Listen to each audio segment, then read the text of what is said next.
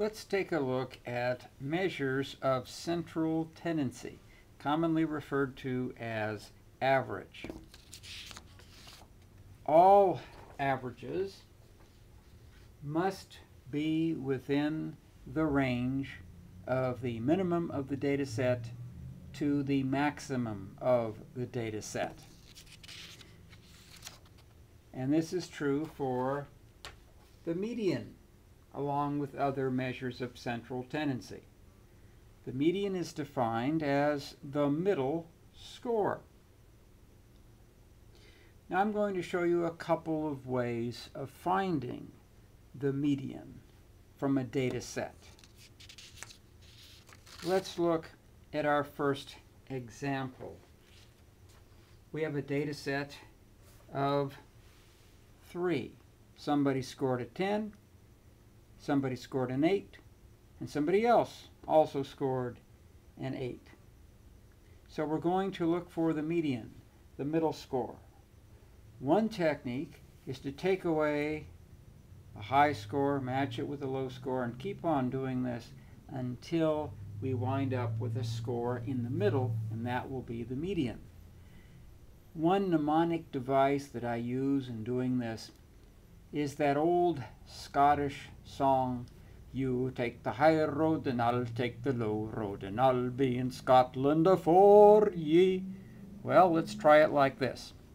Let's take away a high one, match it with the low one. The one in the middle is the median.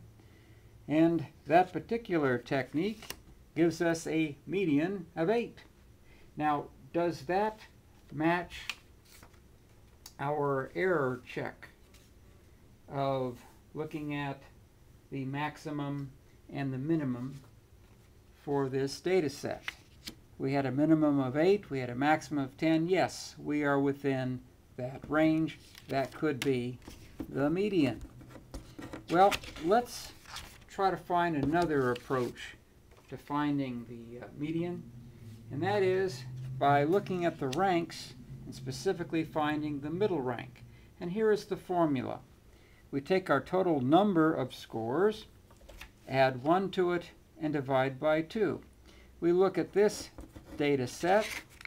We find that we have a sample size of 3, and so we're going to plug that into our equation. 3 plus 1 is 4. 4 divided by 2 is 2. And so we're looking for the score that would correspond to the second rank if we were to arrange all these numbers in order. Well, let's do that. Now, we could rank from top to bottom or bottom to top, but I'm going to recommend that you rank from lowest to highest.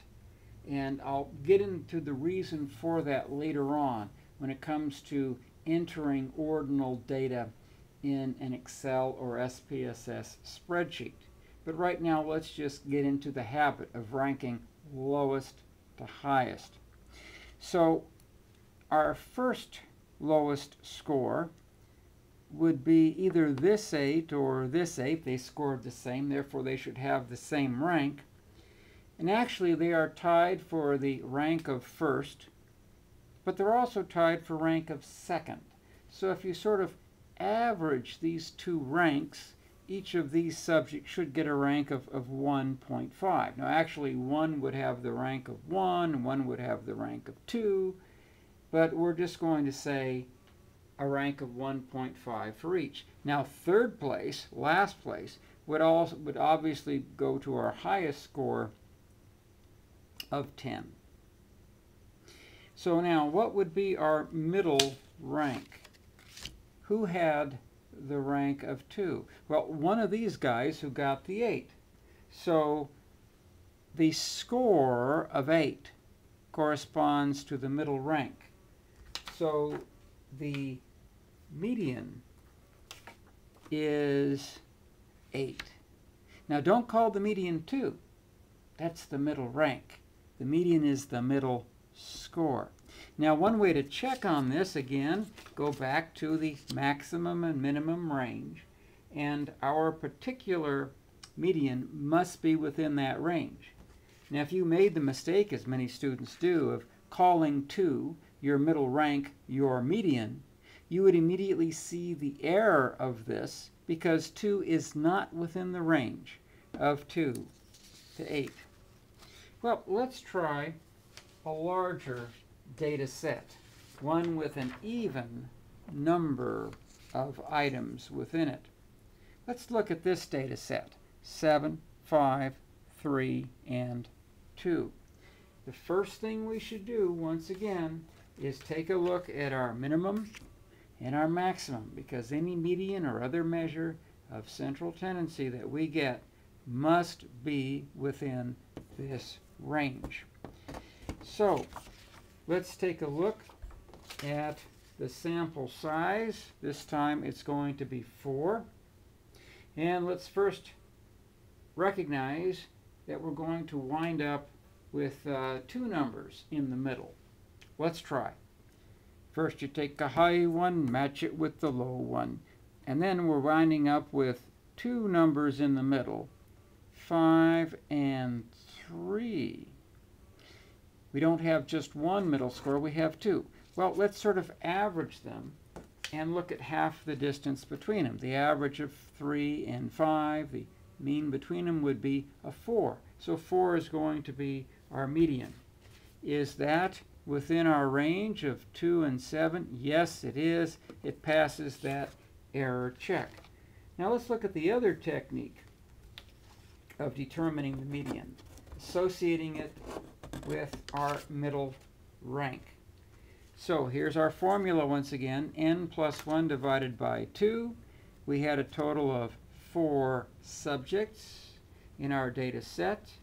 4 plus 1 is 5. 5 divided by 2 will give us 2.5. Okay, who has the rank of 2.5 in this data set?